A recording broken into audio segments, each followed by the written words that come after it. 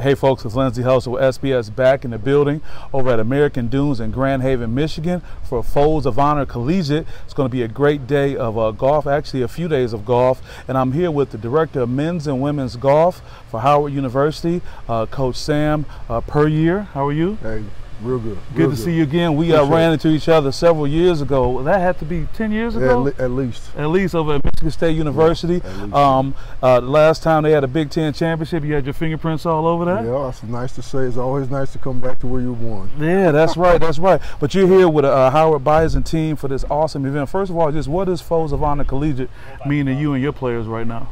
It's been great. I mean, for us, it's an opportunity to come out and compete against some of the best teams in the country, number one. Two, you get to play on a first-class golf facility. And three, the tournament has such a special meaning with the veterans, with just the history and pride of the military, the armed forces, and also HBCUs have played a part in that over the years. So for me, it's kind of a full circle with all of the things I think are important to some of these young people. I think puts it all together, culminates in a really nice way.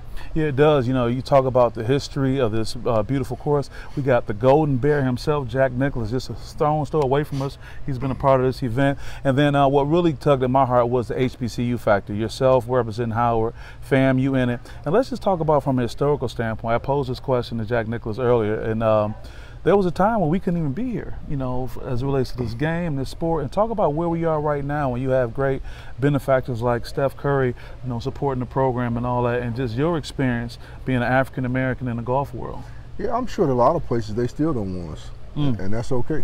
At the end of the day, but you know, we've been blessed to put something together that's pretty special, and having Stephen Curry support us is number one. I mean, without Stephen, we wouldn't have a program.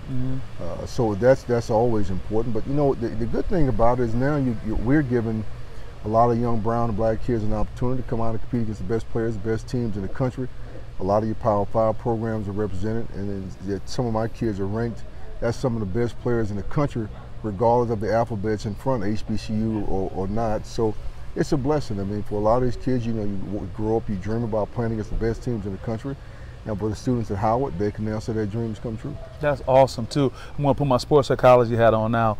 It's one thing, it can be argued that golf is probably the most toughest sport as it relates to mental toughness, but then you add the fact that as a minority, and we don't want to lead with that, we don't want to have a, you know, a mindset of a victimization, but add that part of being an African American or a Latino American, and you're hearing racial slurs and stuff like that, and you still got to make sure you keep it in the fairway. You know, what do you think about that? Well, I love the way you phrase that, because yeah, we're not victims here.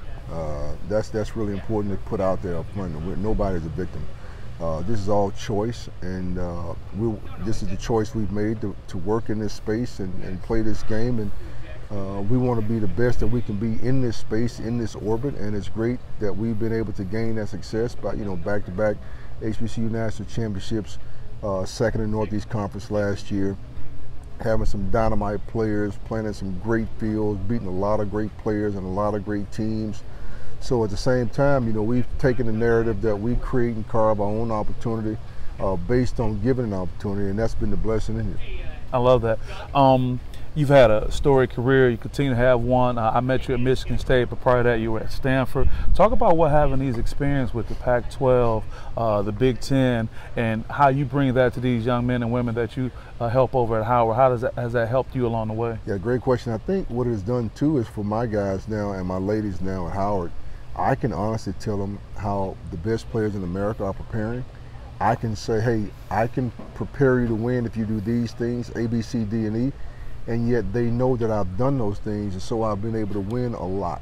And so the players have an inordinate amount of trust and faith, and they'll tell you all the time, trust the process, and they've seen that it works. And we've had a lot of success both individually and collectively as a team. So for us, it really works well to see it all, you know, culminate into what it has culminated to at this point. Yeah, and with that, I won't keep you too much longer. Last thing I would say, when you get an incoming freshman, male or female, who may have had limited exposure, and you talk about putting them in a situation like that, you got the Golf Channel, all these things, how do you help walk them through the process to be ready to be on the big stage? Well, you know, at this point, you know, they're not going to be afraid and frazzled by the Golf Channel. I mean, we're on TV right now with a show that's on ESPNU, ESPN Plus, and on September 6th be on ESPN2 as a marathon, all 8 episodes. You know, we had cameras following us around for 15 months. Everywhere we went, everything we did. So the students are not going to be afraid of a camera. They're not going to be afraid of a question.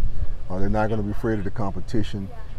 They've already experienced it. So for us, it's just learning experience, getting the young kids experienced and acclimated to what can be and what will be and what should be if they put the work and the time in. I love it. What does it take to become a Howard Bison golf team member? I think right now, be a great person, number one. Not a great golfer first. No, you got to be a great person. You got a great student, and then you have all that together. We want you to be a great golfer, because I think you have to have all of those things in order to be on the team. I mean, there are a lot of good people that can play. There are a lot of good golfers. But I mean, those good golfers don't just make great teammates. And it's important when you have small teams to have really good people who value, you know, one thing we say at Howard values academics.